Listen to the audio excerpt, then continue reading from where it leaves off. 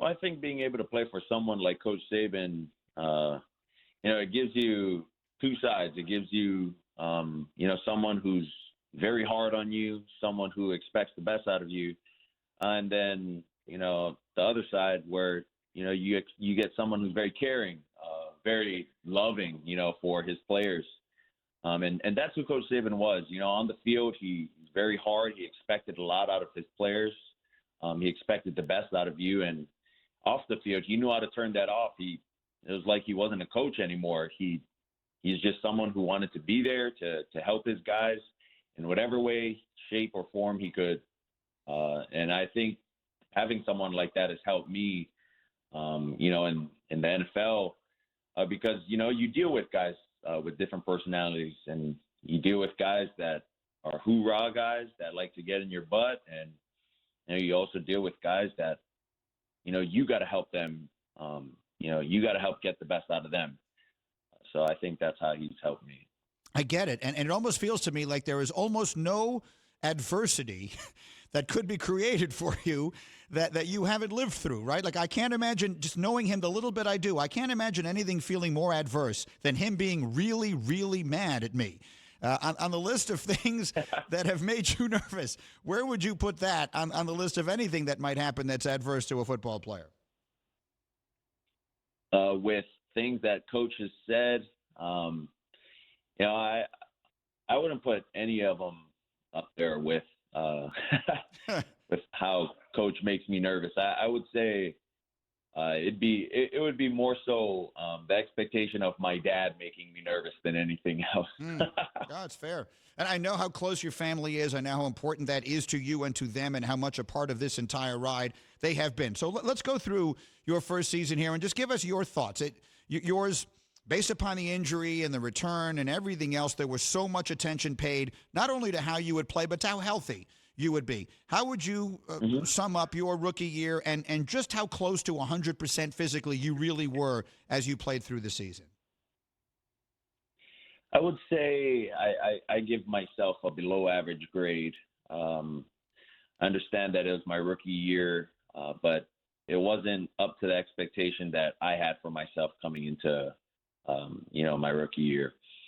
I would say towards the health side of things, I felt perfectly fine. I don't think, our head athletic trainer, Kyle Johnson, would have made the decision to put me in, or would have made the decision to tell our coaching staff to put me in if, they didn't think I'd be 100%.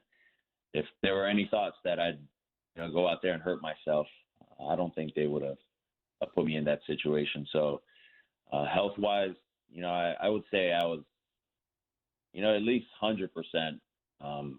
But there's still things that I know that I got to work on this offseason and strengthen, both physically as well as in the film room. Well, it should make a huge difference. One would think that last year during the offseason, I'm sure you spent basically all of your time rehabbing and getting yourself back to being healthy. So what is the plan for this offseason? What is it you do this offseason to come back next year and be better? Your words, you felt your first year wasn't what you wanted it to be. What do you do this offseason to get it to where you want it to be?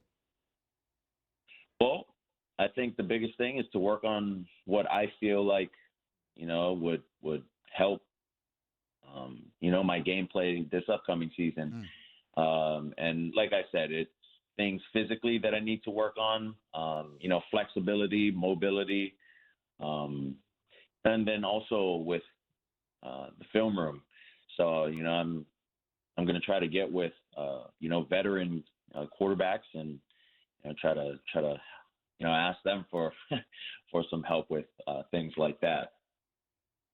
Makes sense, and it's a smart thing to do. One more question for you, too, and that is just simply that for all the things that happened, we talked about adversity. Now here you are 1 year into your NFL career, and there are trade rumors flying around. This is like the craziest NFL offseason ever, and the possibility of so many changes that could get made, and your name winds up in the middle of that. What is it like to have played 1 year in the NFL and to hearing that conversation out there?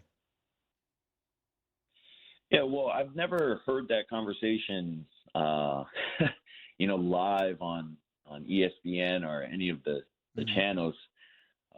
Really, I found out from my agent. I had no idea that was going on. But at the end of the day, that's not something that I can control.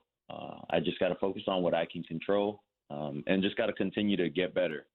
My job is to try to help our team win games and to also help our offense contribute to our team's success.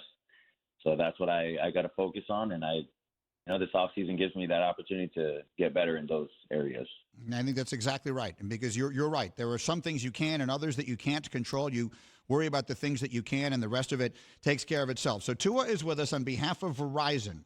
And you and a bunch of other NFL players and gamers are participating in the Verizon 5G Stadium in Fortnite tomorrow, and fans can tune in on Twitch and on Twitter at Verizon. Now, I will say, how good are you at this Fortnite? Because I will tell you, my son, who is now 18, lives and dies with this.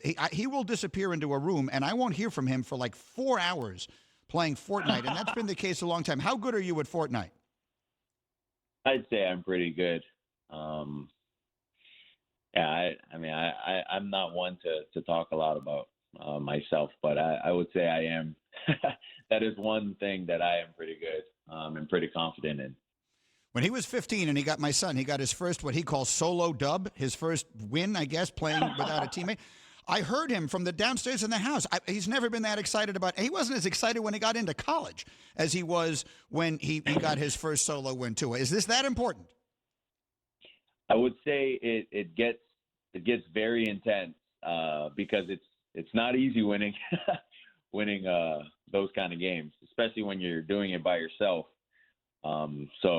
Congratulations to him, because that is not easy at all for all the Fortniters out there that have played Fortnite for the first time too. It's not easy. Thank you for watching ESPN on YouTube. For live streaming sports and premium content, subscribe to ESPN+.